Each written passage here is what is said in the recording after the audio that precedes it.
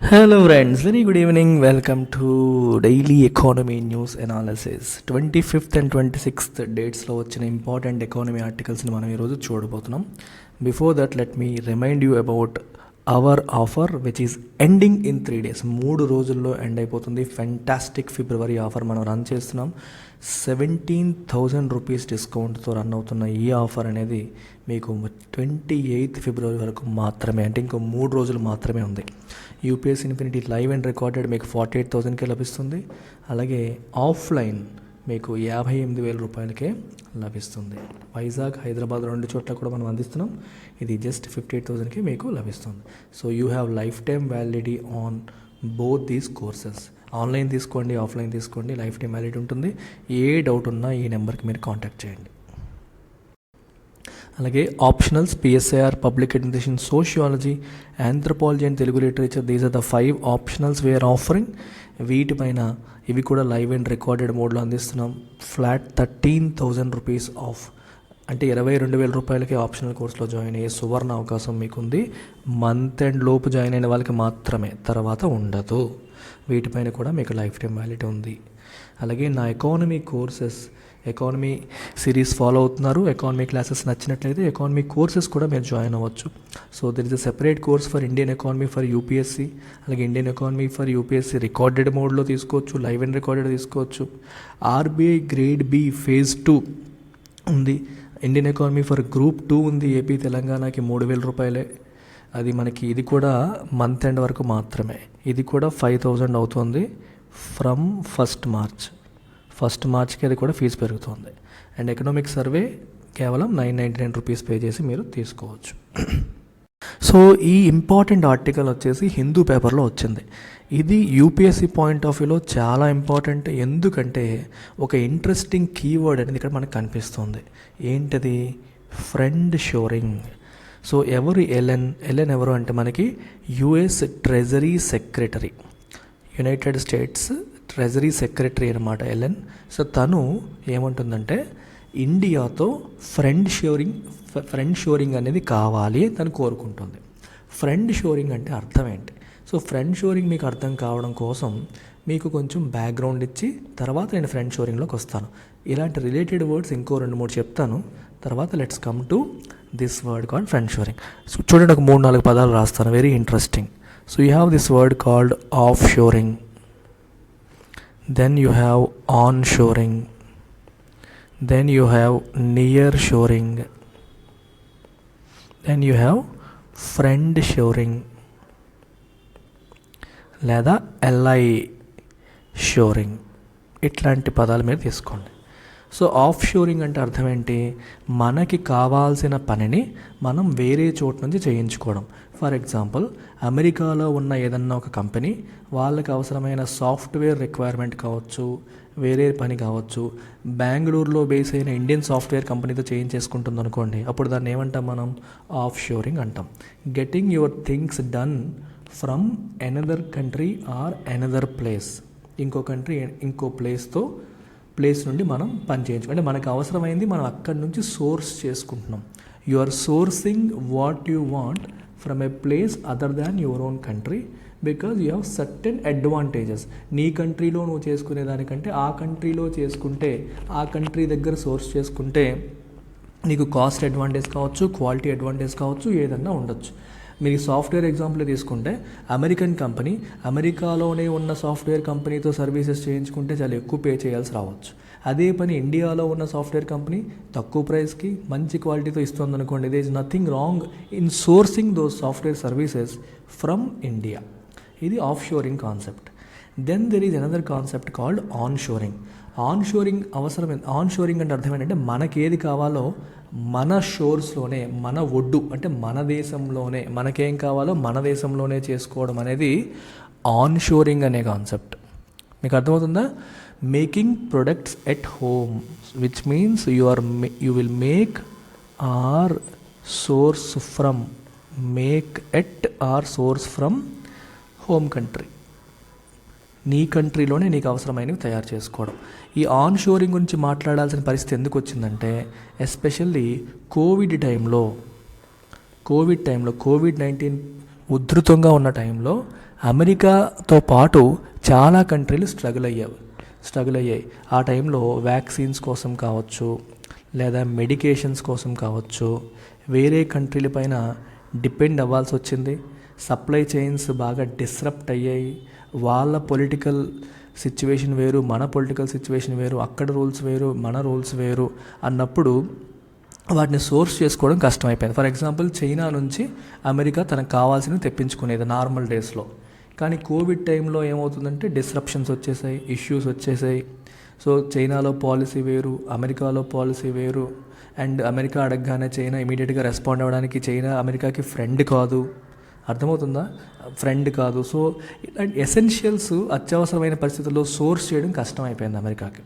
అందుకని అప్పుడు అమెరికన్స్ ఏం మాట్లాడారంటే, so instead of relying on other countries, అంటే ఆఫ్ షోరింగ్ బదులు why don't we go for onshoring, అంటే మనకి కావాల్సినవి మన దేశంలోనే, ఎసెన్షియల్స్ అన్నీ మన దేశంలోనే తయారు చేసుకుంటే బాగుంటుంది కదా అనేది మొదటి ఆస్పెక్ట్.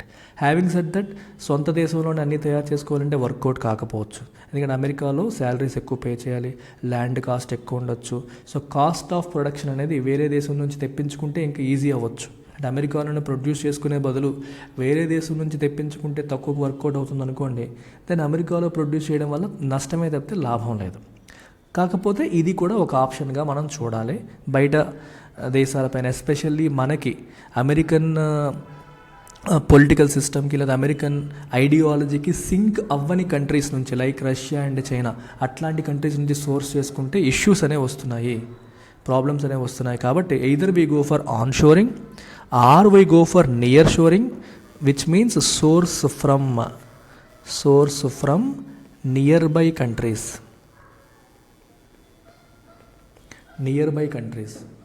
క్లోజర్ టు హోమ్ అంటాం. నియర్ బై కంట్రీస్తో మనం లింక్ చేసుకోవడం, లేదా friendshoring or allyshoring, which means source from countries with shared values.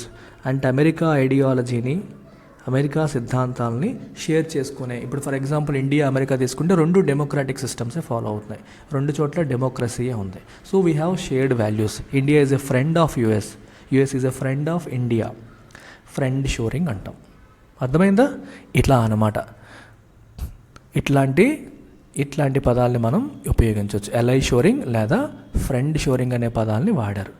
So దీనివల్ల ఏమవుతుందంటే, నీకు అవసరమైనవి నువ్వు నీ ఫ్రెండ్ ఎయిదర్ నీ కంట్రీలో ప్రొడ్యూస్ చేస్తావు, లేదా నియర్ బై కంట్రీస్లో చేసుకుంటావు, లేదా నీ ఫ్రెండ్ కంట్రీ పైన ఆధారపడతావు. ఇప్పుడు ఇండియా, చైనా రెండిట్లో దేని మీద ఆధారపడటం బెటర్ అమెరికాకి? It is better to rely on India rather than China. చైనాకి నీకు వాల్యూ సిస్టమ్ సింక్ అవ్వదు. ఏదైనా కష్టం వచ్చినప్పుడు, ప్రాబ్లం వచ్చినప్పుడు, చైనాకి మనకి గొడవ అయినప్పుడు వాడు సప్లై చైన్ కట్ చేయొచ్చు, నేను నీకు ఎక్స్పోర్ట్ చేయను పో అనొచ్చు. ఇట్లాంటి రిస్కులు ఉంటాయి. ఈ రిస్కులు ఎలిమినేట్ చేయాలి అంటే, so it is better either you do it at home, always work out అవ్వదు. నియర్ షోరింగ్, మన చుట్టుపక్కల కంట్రీస్ వాళ్ళకి ఆ స్కిల్ సెట్ లేకపోవచ్చు, అప్పుడు ఫ్రెండ్ షోరింగ్ అంటే నీ వాల్యూ సిస్టమ్తో సింక్ అయ్యే కంట్రీస్తో మనం పెట్టుకోవాలి. ఇప్పుడు యాపిల్ కానీ, గూగుల్ కానీ, it is better if they invest in India. వాళ్ళు ఇండియాలో ఇన్వెస్ట్ చేసి ఇండియాలో ప్రొడక్షన్ చేస్తే, చైనాలో చేస్తున్నాయి ఇప్పుడు ప్రొడక్షన్. యాపిల్ కానీ, గూగుల్ కానీ, వాళ్ళ ఫోన్లు కానీ, హార్డ్వేర్ ప్రొడక్షన్ ఏవైతే ఉంటుందో, టెలిఫోన్స్ చాలామంది చైనాలో చేస్తారు తక్కువ కాస్ట్ అని. రీసెంట్గా మీరు చూస్తే యాపిల్ వాళ్ళు ఇండియాలో కూడా ప్రొడక్షన్ చేయడం మొదలుపెట్టారు. సో అది ఇక్కడ మాట్లాడుతుంది. సో ఈవిడ ఇంకా ఏమన్నారు ఒకసారి మీరు చూడొచ్చు. ఇండియాని బిగ్గెస్ట్ ట్రేడింగ్ పార్ట్నర్గా తను అభివర్ణించారు. ఫ్రెండ్ షోరింగ్ అనేది she advancing a concept called, pitching a concept called friendshoring to bolster the resilience of supply chains. Resilience అంటే ఎప్పుడైనా సిచ్యువేషన్ బాగాలేనప్పుడు దాన్ని తట్టుకోగలడాన్ని రెసిలియన్స్ అంటాం. The ability to withstand difficult situations is called resilience. Supply chain disruptions అనేవి ఎందుకు వస్తాయి? అసలు సప్లై చైన్ అంటే అర్థం ఏంటి? ఇప్పుడు నువ్వు నీకు అవసరమైన రా మెటీరియల్ని ఎక్కడి నుంచి తెప్పించుకుంటున్నావు, నువ్వు ప్రొడ్యూస్ చేసిన ఫైనల్ ప్రోడక్ట్ని ఎక్కడికి పంపిస్తున్నావు, ఇదంతా సప్లై చైనే. For example, this is a country. ఈ కంట్రీ నుంచి ఈ కంట్రీ నుంచి రా మెటీరియల్ తెప్పించుకుంటుంది, ఈ కంట్రీకి ఫైనల్ ప్రొడక్ట్ని ఎక్స్పోర్ట్ చేస్తుంది. So this entire thing is supply chain. So ఈ కంట్రీలో ఏదన్నా కోవిడ్ లేకపోతే ఏదన్నా పొలిటికల్ ఇష్యూస్ వచ్చి, కేఓస్ వచ్చి, గందరగోళం వచ్చి, వీళ్ళు ఎక్స్పోర్ట్స్ ఆపేసి, లేదా గొడవ రష్యా యుక్రెయిన్ వాళ్ళంటివి వచ్చి ఆపేశారనుకోండి, ఈ లింక్ కట్ అయిపోతుంది. దీన్ని సప్లై చైన్ డిస్రప్షన్ అంటాం. దీన్ని ఏమంటాం? సప్లై చైన్ డిస్రప్షన్ అంటాం. సో ఇట్లాంటివి మనం అవాయిడ్ చేయాలంటే మన సోర్స్ చేసుకునే కంట్రీస్ అనేవి మన ఫ్రెండ్స్ అయితే ఇబ్బందులు తక్కువగా ఉంటాయి అనేది అమెరికా పాయింట్ అనమాట. అది అమెరికా యొక్క point. Okay, right, that's it అమ్మ. మీరు ఇంకా ఇక్కడ తను ఇంకా ఈ పాయింట్ కూడా చెప్తున్నారు, మీరు చూడొచ్చు లాస్ట్లో. We're seeing progress as an example technology companies like Apple and Google have expanded their phone production in India అని కూడా ఆవిడ చెప్తున్నారు. సో ఇది ఇంకా అడ్వాన్స్ చేసుకోవాలి మనం అని కూడా ఆవిడ అంటున్నారనమాట. సో నెక్స్ట్ ఇంపార్టెంట్ ఆర్టికల్ ఇవాళ హిందూ పేపర్లో వచ్చింది. IMF and FSB to flesh out global crypto rules. Important article, చాలా ఇంట్రెస్టింగ్ ఆర్టికల్. దీనికి మీకు కొంచెం బ్యాక్గ్రౌండ్ ఇవ్వాలి, బ్యాక్గ్రౌండ్ ఇవ్వకపోతే మనకి అర్థం కాదు. ఐఎంఎఫ్ ఎఫ్ఎస్బికి వెళ్ళే ముందు అసలు ఫస్ట్ ఆఫ్ ఆల్ ఈ క్రిప్టో కరెన్సీకి సంబంధించి రూల్స్ ఎందుకు తేవాలి, క్రిప్టో కరెన్సీ ఎలా ఫంక్షన్ అవుతుంది, నార్మల్ కరెన్సీకి క్రిప్టో కరెన్సీకి డిఫరెన్స్ ఏంటి, లైట్గా చూద్దాం. బ్యాక్గ్రౌండ్ ఇస్తాను, తర్వాత వీళ్ళు ఏం చేయాలనుకుంటున్నారో కూడా మనం ఒకసారి చూద్దాం. ట్రెడిషనల్ కరెన్సీ సిస్టమ్ ఎలా వర్కౌట్ అవుతుంది ఎట్ దిస్ పాయింట్ అనేది మీరు ఒకసారి గమనిస్తే, today across the world what we have is centralised finance. Centralised finance అనేది మనకి రన్ అవుతుంది, which means the currency system is monitored and controlled by the central bank of the country.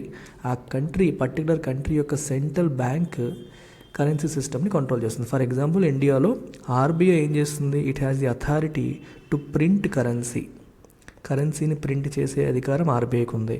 It can maintain the సప్లైని పెంచాలన్నా తగ్గించాలన్నా RBI చేతిలోనే ఉంది. Excess printing చేయాలన్నా చేయొచ్చు, తగ్గించాలన్నా తగ్గించవచ్చు. Interest rates, repo rate, reverse repo rate ఇట్లాంటి వాటిని ఇన్ఫ్లుయెన్స్ చేయడం ద్వారా మనీ సప్లైని, ఎక్సెస్ ప్రింటింగ్ చేయకపోయినా సరే మనీ సప్లైని పెంచడం లేదా తగ్గించే అధికారం కూడా ఆర్బీఐకి ఉంది. దీంతోపాటు పేమెంట్ సిస్టమ్, ఒకరి నుంచి ఒకరికి మనం చేసే payment system is controlled by RBI. Also controls the payment system. Payment system యొక్క రెగ్యులేషను, కంట్రోలు అంతా ఆర్బీఐ చేతిలోనే ఉంటుంది. ఈరోజు ఒకరి నుంచి ఒకరికి మనం మనీ పంపించాలి అంటే డిఫరెంట్ మెథడ్స్ ఏంటి? The most important and easiest and safest method is handing over cash. ఏ దగ్గర ఉన్న క్యాష్ బీకి ఇచ్చేయడం అనేది అన్నింటికంటే రిస్క్ ఫ్రీ సిస్టమ్, ప్రొవైడెడ్ అది దొంగ నోట్లు కాకుండా ఉంటాయి. ఏ దగ్గర ₹1,00,000 ఉంది, బీకి ఇవ్వాలి. ఈజియెస్ట్ అండ్ బెస్ట్ థింగ్ ఏంటంటే పక్కనే ఉంటే క్యాష్ తీసుకెళ్ళి ఇచ్చేయడం. ఇది first option, cash handover. When you are handing over cash, you are not going through any technology, no one is regulating you, no one is controlling you. అది గుర్తుపెట్టుకోండి. Second option ఏంటి? You go through bank transfer, NEFT కావచ్చు, లేకపోతే IMPS కావచ్చు, లేదా RTGS కావచ్చు. ఇలాంటి bank transfer, internet banking ద్వారా, బ్యాంక్ ట్రాన్స్ఫర్ ద్వారా చేయొచ్చు. సో బ్యాంక్ ట్రాన్స్ఫర్ ద్వారా చేసినప్పుడు అగైన్ ఆర్బీఐ వాళ్ళు దీన్ని కంట్రోల్ చేస్తారు, వాళ్ళ ద్వారానే వెళ్తుంది. సో దీంట్లో టెక్నాలజీ ఫెయిల్యూర్ అవ్వచ్చు, లేదా రకరకాల సమస్యలు రావచ్చు. కొన్నిసార్లు మనీ ఒకరి నుంచి ఒకరికి వెళ్ళాల్సింది వెళ్ళకపోవచ్చు. అప్పుడు మళ్ళీ బ్యాంకుకి వెళ్ళడం, కంప్లైంట్ వెళ్ళడం, rules, regulations, what ever it is not as simple as cash. మనం ఏమనుకుంటామంటే క్యాష్ కష్టము, ఆన్లైన్ ట్రాన్స్ఫర్ టకటక అయిపోతుందని అనుకుంటున్నాం. డెఫినెట్గా మీరు చెప్పింది కరెక్టే, కానీ there is an element of risk. Zero risk అని అనలేము. అండ్ ఇండియాలో ఇప్పటి వరకు అలాంటి ఇన్సిడెంట్స్ జరగట్లేదు కాబట్టి మనకి రిస్క్ లేదు అనుకుంటాం, కానీ there is an element of risk because there is a mediator. డైరెక్ట్గా వెళ్ళట్లేదు మనిషి నుంచి దానికి. ఇప్పుడు నీ నుండి నాకు డైరెక్ట్గా క్యాష్ అనేది అనుకోండి, మనిషి హ్యాండ్ ఓవర్ అవుతుంది. ఇప్పుడు ఐసిఐసిఐ బ్యాంకులో నీ అకౌంట్ నుంచి మధ్యలోంచి వెళ్తూ మళ్ళీ ఎస్బీఐలో ఉన్న ఇంకొక అకౌంట్కి, దానికోసం ఒక పర్టికులర్ టెక్నాలజీని, ఒక ప్రోటోకాల్ని ఉపయోగించి మనం వెళ్ళాలి. ఆర్ఎల్స్ you will also use systems called UPI. ఇవి కూడా మనకి ఇమీడియట్గా జరిగిపోతున్నాయి, సీమ్లెస్ ట్రాన్స్ఫర్స్. అగైన్ యూపీఐ కూడా పేమెంటే కదా. ఒక బ్యాంక్ అకౌంట్ నుంచి మనీ డిడక్ట్ అయ్యి ఫోన్పేలోనో గూగుల్ పే ద్వారానో ఇంకో బ్యాంక్ అకౌంట్లోకి వెళ్తున్నాయి. దీంట్లో కూడా మధ్యలో ఫెయిల్యూర్స్ అవుతున్నాయి, ఆగిపోతున్నాయి, 24 hours రిఫండ్స్, ఇట్లాంటివన్నీ మనం చూస్తూ ఉన్నాం. The safest and the fastest is when you are in front of each other, cash ఇచ్చేయడం అన్నిటికంటే ఇది. అంటే ఇవన్నీ ఏంటంటే ఎందుకు చెప్తున్నానంటే, ఈ సిస్టమ్ తీసుకోండి, ఇక్కడ ఆర్బీఐ రోల్ అనేది ఉంది. మన కరెన్సీని ప్రింట్ చేస్తుంది ఆర్బీఐ, మనీ సప్లైని ఇన్ఫ్లుయెన్స్ చేస్తుంది ఆర్బీఐ, పేమెంట్ సిస్టమ్స్ని కంట్రోల్ చేస్తుంది, రెగ్యులేట్ చేస్తుంది ఆర్బీఐ. అందుకే దీన్ని మనం సెంట్రలైజ్డ్ సిస్టమ్ అంటాం. There is one central authority which is controlling the entire story. So ఇక్కడ సమస్య ఎక్కడ వచ్చిందంటే కొంతమందికి ఇది నచ్చలేదు. అంటే ఈరోజు నీ దగ్గర ₹1,00,000 ఉంది. నీ ₹1,00,000 యొక్క వాల్యూని ఆర్బీఐ డిసైడ్ చేస్తుంది. ఎలా డిసైడ్ చేస్తుంది? ఫర్ ఎగ్జాంపుల్ ఇప్పుడు ఆర్బీఐ ఇష్టం వచ్చినట్టు ప్రింటింగ్ చేస్తుంది అనుకోండి. ప్రింటింగ్ చేసినప్పుడు ఏమవుతుంది? సిస్టంలో మనీ సప్లై బాగా పెరిగిపోతుంది. When there is more money in the system, money supply బాగా పెరిగిపోయింది అనుకోండి, అది దేనికి దారితీస్తుంది? ఇన్ఫ్లేషన్కి దారితీస్తుంది. అంటే ధరలు పెరిగిపోతాయి.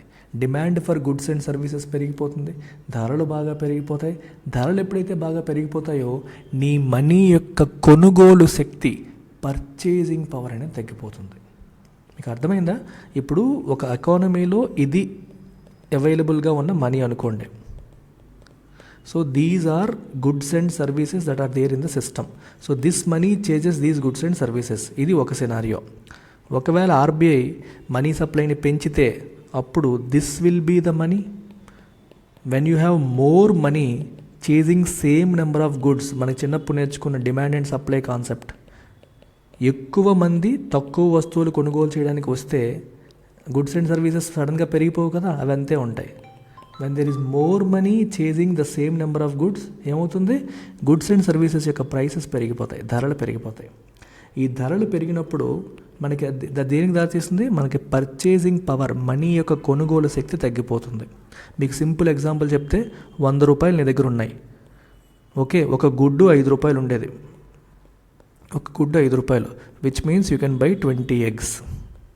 అదే ధర పెరిగిపోవడం వల్ల ఒక గుడ్డు ధర ₹10 అయిపోయింది అనుకోండి. ఇదే ₹100తో నువ్వు ఇప్పుడు ఎన్ని కొనగలుగుతావు? కేవలం 10 eggs మాత్రమే కొనగలుగుతావు.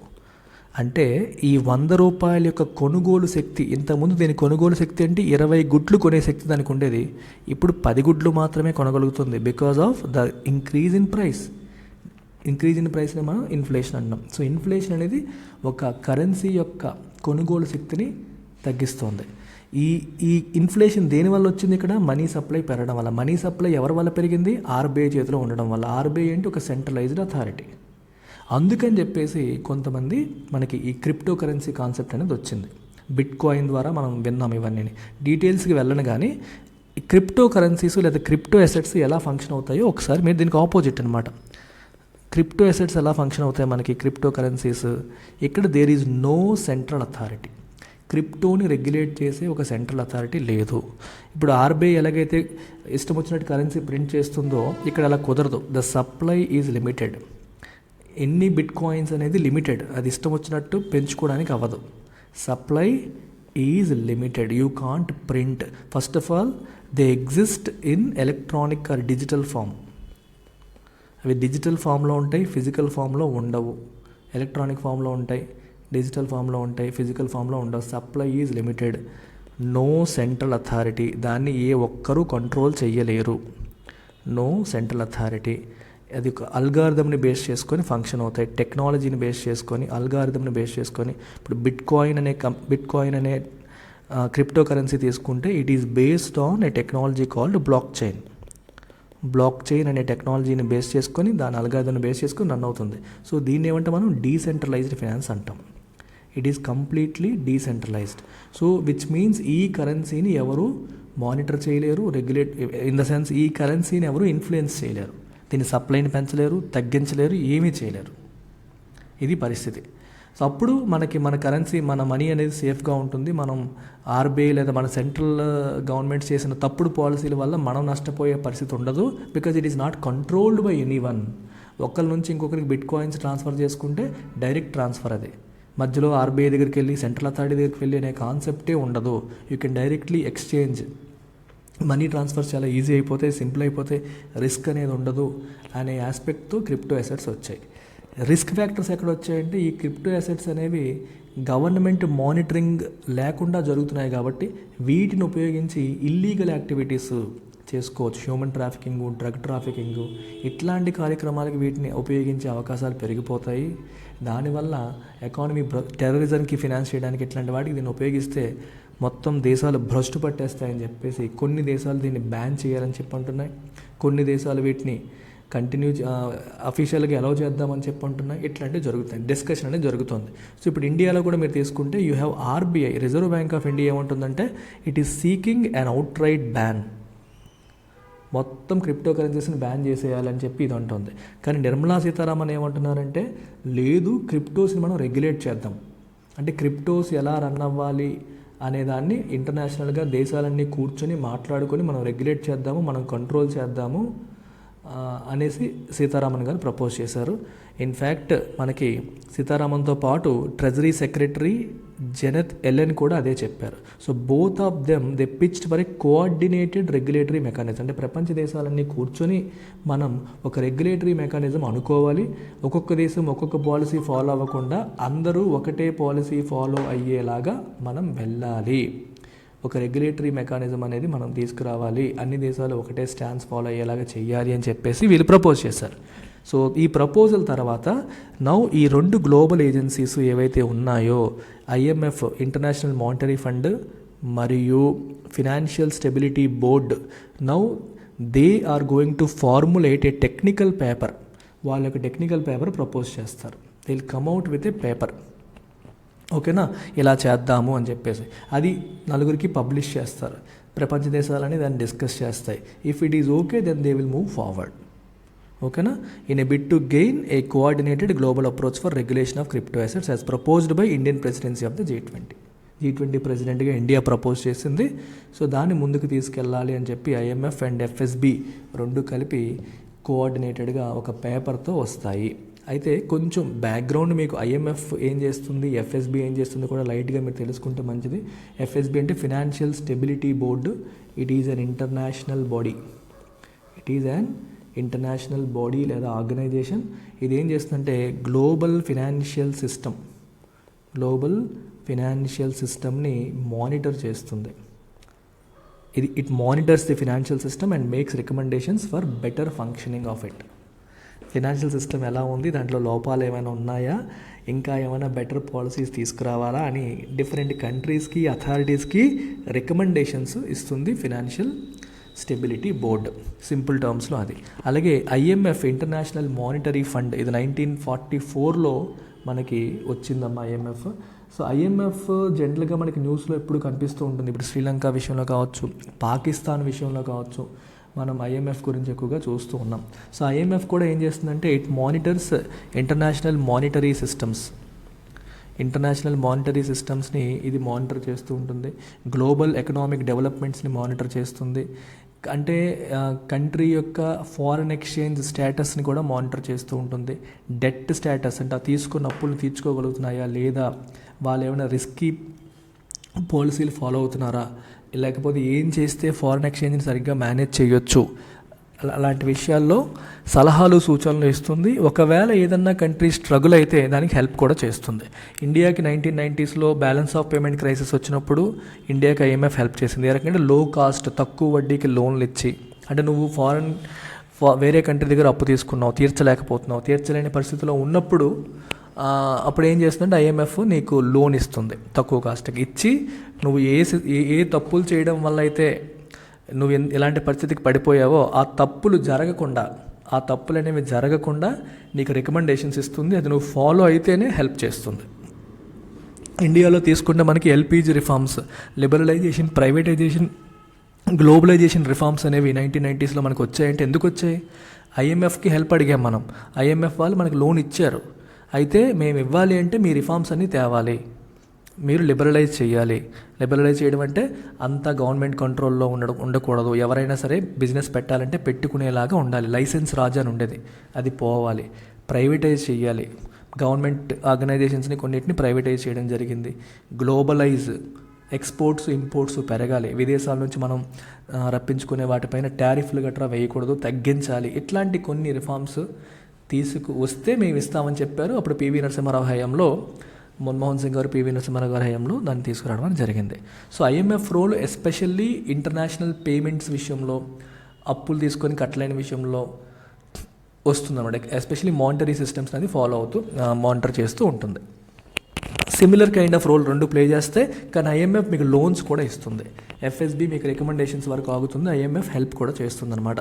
So both of them are going to come out with a paper on how to regulate crypto assets అనేది వాళ్ళు టెక్నికల్ పేపర్తో రాబోతున్నారు. క్రిప్టో కరెన్సీ గురించి మీరు ఆలోచించేటప్పుడు మీరు గుర్తుపెట్టుకోవాల్సిన ఒకే ఒక అంశం ఏంటమ్మా, normal currency centralised system, crypto currency decentralised system. There is no single authority which is controlling it అనేది point, main core differentiating factor అది. ఎవరు కంట్రోల్ చేయకపోవడం వల్లే వాటిని తప్పుకు ఉపయోగించవచ్చు అనేది ఇప్పుడు మన డిఫరెంట్ కంట్రీస్ యొక్క వాదన అనమాట. So keep that in mind. So next article ఏంటంటే IMF stresses crucial need to fix global debt architecture. So global debt architecture, debt అంటే అప్పమ్మ. సో ఈ ఆర్కిటెక్చర్ని, ఈ స్ట్రక్చర్ని ఫిక్స్ చేయాల్సిన అవసరం ఉంది. చాలా ఇష్యూస్ ఉన్నాయి, వాటిని మనం ఫిక్స్ చేయాలని చెప్పి ఐఎంఎఫ్ అంటుంది. ఎందుకు ఐఎంఎఫ్ ఈ మాట అంటుందంటే ఫస్ట్ చూస్తే మీకు బ్యాక్ డ్రాప్ ఏంటి. సౌత్ ఏషియన్ నేషన్స్ మనకి ఇండియా కానీ, శ్రీలంక కానీ, బంగ్లాదేశ్ కానీ, పాకిస్తాన్ కానీ వాళ్ళు ఏమడుగుతున్నారు, they are seeking urgent funds from the fund amid acute economic stress. ఈ 3 దేశాలు కూడా ఎకనామిక్ స్ట్రెస్లో ఉన్నాయి, తీసుకున్న అప్పులు తీర్చలేని పరిస్థితిలో ఉన్నాయి. ఐఎంఎఫ్ని ఫండ్స్ అడుగుతున్నాయి. కోవిడ్ వచ్చింది, రష్యా యుక్రెయిన్ క్రైసిస్ వచ్చింది, ఇంటర్నేషనల్ ఇష్యూస్ వచ్చినప్పుడు చాలా కంట్రీస్ ఫినాన్సెస్ని సరిగ్గా మేనేజ్ చేయలేక అప్పుల్లోకి వెళ్ళిపోతున్నాయి, తిరిగి చెల్లించలేని పరిస్థితిలో పడిపోతున్నాయి, రిస్క్లో పడిపోవడం అనేది జరుగుతుంది. చూడండి, with global growth set to slow in 2023, too many people in too many countries were struggling to make ends meet. చాలామంది స్ట్రగుల్ అవుతూ ఉన్నారు. అందుకని ఈ డెట్ వల్నరబిలిటీస్ అనేవి బాగా పెరుగుతున్నాయి. కాబట్టి ఐఎంఎఫ్ డైరెక్టర్ ఏమంటున్నారంటే, I strongly ఎండోస్ efforts to improve speed and effectiveness of debt resolution. వీళ్ళు అప్పులు తీసేసుకున్నారు, చెల్లించలేకపోతున్నారు. ఈ సమస్యను మనం తొందరగా సాల్వ్ చేయాలి, ఈ ప్రాబ్లం మనం తొందరగా సాల్వ్ చేయాలి. రేపొద్దున కంట్రీస్ ఇలాంటి డెట్ ట్రాప్స్లో పడిపోకుండా ఏదన్నా సిస్టమ్ తీసుకురావాలి. ఏ రూల్స్ రెగ్యులేషన్స్ లేనప్పుడు ఇలా వెచ్చలవిడిగా అప్పులు చేసి, లేకపోతే సరైన ఫైనాన్షియల్ పాలసీస్ని ఫాలో అవ్వకపోవడం వల్ల తీసుకున్న అప్పుని సకాలంలో చెల్లించలేని పరిస్థితుల్లో కంట్రీస్ పడిపోతున్నాయి. అలా కాకుండా ఒక మెకానిజం కానీ, ఒక సిస్టమ్ కానీ, ఒక పద్ధతి కానీ మనం ఎస్టాబ్లిష్ చేయగలిగితే, ఒక ఆర్కిటెక్చర్ మనం బిల్డ్ చేయగలిగితే, విధి విధానాలు రూపొందించగలిగితే ఇట్లాంటి ప్రాబ్లమ్స్ రాకుండా మనం చూడవచ్చు. మీకు ఒక పర్స్పెక్టివ్ రావడానికి ఒక ఐడియా చెప్తాను. ఇప్పుడు బ్యాంకులు ఉన్నాయి, బ్యాంకులు ఎవరికి ఎంతైనా లోన్లు ఇచ్చుకోవచ్చు అని ఆర్బీఐ వదిలేసింది అనుకోండి. బ్యాంకులు ఇష్టం వచ్చినట్టు కనిపించినోడికి, అడగనోడికి లోన్స్ ఇచ్చుకుంటూ వెళ్ళిపోతాయి. తిరిగి రాకపోతే బ్యాంకుల పరిస్థితి ఏంటి? బ్యాంకులో డిపాజిట్ చేసిన జనాల పరిస్థితి ఏంటి? ఫ్రీడమ్ ఇవ్వాలి కదా అని చెప్పి వదిలేస్తే ఏమవుతుంది? బ్యాంకులే నష్టపోతాయి, బ్యాంకులతో పాటు డిపాజిటర్స్ ఎత్తేస్తారు, దేశం నష్టపోతుంది. అందుకని ఆర్బీఐ ఏం చేస్తుంది, it comes out with rules. Repo rate ఉంటుంది, రివర్స్ రెపో రేట్ ఉంటుంది, క్యాష్ రిజర్వ్ రేషియో ఉంటుంది, స్టాట్యుటరీ లిక్విడిటీ రేషియో ఉంటుంది. మొత్తం డిపాజిట్లు సేకరించిందంతా కూడా అప్పులు ఇచ్చేయకూడదు, కొంత మీరు ఆర్బీఐ దగ్గర రిజర్వ్స్ మెయింటైన్ చేయాలి, లిక్విడ్ అసెట్స్ మెయింటైన్ చేయాలి, క్యాపిటల్ ఎడిక్వసీ రేషియో ఉంటుంది, రకరకాల రూల్స్ రెగ్యులేషన్స్ మెయింటైన్ చేస్తుంది. ఇదంతా ఎందుకు? బ్యాంకుల్ని నిర్బంధించడానికి కాదు, బ్యాంకులు ఫెయిల్ అవ్వకుండా కాపాడడానికి. అలాగే ప్రపంచ దేశాల్లో కూడా మనకి ఒక దేశం నుంచి ఇంకొక అప్పులు తీసుకోవడాలు గట్రా జరుగుతూ ఉంటాయి. ఒక గ్లోబల్ ఆర్కిటెక్చర్, ఒక సిస్టమ్ అనేది లేకపోతే, ఒక పద్ధతి అనేది లేకపోతే, ఇప్పుడు చైనా డెట్ ట్రాప్లో శ్రీలంక పడిపోయింది. చైనా ఏముంటుందంటే, నేను మీకు ఎంత కావాలంటే అంత ఇస్తాను, మనం శ్రీలంకలో అసెట్స్ బిల్డ్ చేద్దాం, ఇన్ఫ్రాస్ట్రక్చర్ బిల్డ్ చేద్దాం అంటుంది. సో తలకి మించిన భారం శ్రీలంక నెత్తి మీద వేసేసుకుంది. ఇప్పుడు చెల్లించలేక అతలాకుతలం అయిపోతుంది, స్ట్రగుల్ అయిపోతుంది. ఇట్లాంటివి జరగకుండా ఏం చేయాలి? సరే, ఇప్పుడు ఎలాగో అప్పుల్లో పడిపోయిన దేశాలు వాటి నుంచి బయటపడడానికి, రిజల్యూషన్కి ఇమీడియట్గా సొల్యూషన్ మనం పట్టాలి అని ఐఎంఎఫ్ చీఫ్ అంటున్నారు, Kristalina Georgieva. She is the managing director of International monetary Fund. So next article వచ్చేసి, India EU free trade pact to take longer. Piyush Goyal మన కామర్స్ మినిస్టర్ అంటున్నారు, ఫ్రీ ట్రేడ్ ప్యాక్ట్కి ఇంకా టైం పడుతుంది అని చెప్పారు. బేసికల్గా యూరోపియన్ యూనియన్లో మనకి 27 కంట్రీలు ఉన్నాయి. ఎందుకు టైం పడుతుందంటే, 27 కంట్రీలు ఉన్నాయి, అన్నిటినీ కూడా ఒకే తాటిపైకి తీసుకురావాలి. యూరోపియన్ యూనియన్తో మీరు ఫ్రీ ట్రేడ్ ప్యాక్ట్ ఒక అగ్రిమెంట్ చేసుకోవాలంటే 27 కంట్రీలతో చేసుకున్నట్టు, అందరినీ ఒకే దారికి తేవడానికి టైం పడుతుందని చెప్పేసి ఈయన అంటున్నారు. అసలు ఫ్రీ ట్రేడ్ అనే పదానికి అర్థం ఏంటి? ప్యాక్ట్ అంటే ఒప్పందం. బేసికల్గా when you here this word trade అంటే మీనింగ్ ఏంటమ్మా? What is the meaning of the word trade అంటే మనకి ఎక్స్పోర్ట్స్, ఇంపోర్ట్స్, వ్యాపారం, వివిధ దేశాలతో మనం చేసే ఎక్స్పోర్ట్స్ మరియు దిగుమతులు మనం ట్రేడ్ అని చెప్పి అంటాం. ఇప్పుడు ఒక కంట్రీ, ఇండియా తీసుకోండి, ఇక్కడ US తీసుకోండి, కంట్రీ నుంచి ఇంపోర్ట్ చేసుకుంటున్నాం అనుకో. ఇంపోర్ట్ చేసుకునేటప్పుడు ఇండియా ఏం చేస్తుందంటే, there is something called import duty. సుంకం, దిగుమతి సుంకం అనేది ఛార్జ్ చేస్తుంది. అమెరికా నుంచి వస్తున్న వస్తువు పైన 20%, 10%, 30% సుంకాలు వేస్తుంది. అలాగే ఇండియా అమెరికాకి పంపించినప్పుడు అమెరికా కూడా అక్కడ 20% సుంకాలు వేస్తూ ఉంటుంది. వీటిని టారిఫ్స్ అని చెప్పి అంటాం. ఫ్రీ ట్రేడ్ అంటే అర్థం ఏంటంటే ఈ టారిఫ్స్ని తగ్గించేసుకోవడం. సో నేను మీకు ఏదన్నా ఈ ఒప్పందంలో ఏ వస్తువుల గురించి అయితే రాసుకున్నారో ఆ వస్తువులు ఇండియా నుంచి యూరోపియన్ యూనియన్కి వెళ్తే దాని మీద వాళ్ళు టారిఫ్ వేయరు, లేదా వెరీ లో టారిఫ్ వేస్తారు. 2%, 1%, లెస్ దెన్ 5%. లో ఆర్ నో టారిఫ్ వేయడం అది ఒక పద్ధతి. అలా చేసుకోదాన్ని ఫ్రీ ట్రేడ్ ప్యాక్ట్ అని అంటాం. 2 దేశాలు ఫ్రీ ట్రేడ్ ప్యాక్ట్ చేసుకున్నాయంటే ఆ ఒప్పందంలో ఏవైతే వస్తువులు రాసుకున్నారో వాటిపైన టారిఫ్ లేదా ఈ సుంకాలు అనేవి నిల్లుంటాయి లేదా చాలా తక్కువగా ఉంటాయి అని అర్థం. దీనివల్ల 2 దేశాల్లో ఉన్న కన్జ్యూమర్స్ బెనిఫిట్ అవుతారు. అందుకోసం ఇండియా ఈ మధ్యన వివిధ దేశాలతో FTAs సైన్ చేస్తోంది, ఫ్రీ ట్రేడ్ అగ్రిమెంట్స్ అనేవి సైన్ చేస్తూ వెళ్తోంది.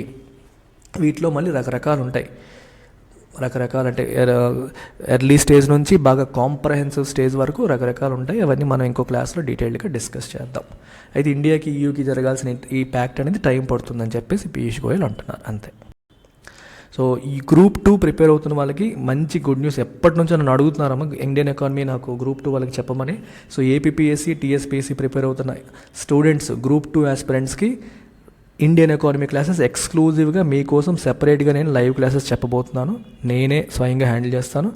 కేవలం 3,000 రూపాయలకి. 28 మార్చ్ ఎల్లుండి లోపు జాయిన్ అయితే ఈ ఫీజు, 1 మార్చ్ తర్వాత వస్తే 5,000 రూపాయలు అవుతుంది. కోర్స్ మీకు లైఫ్ టైం వ్యాలిడిటీతో వస్తుంది.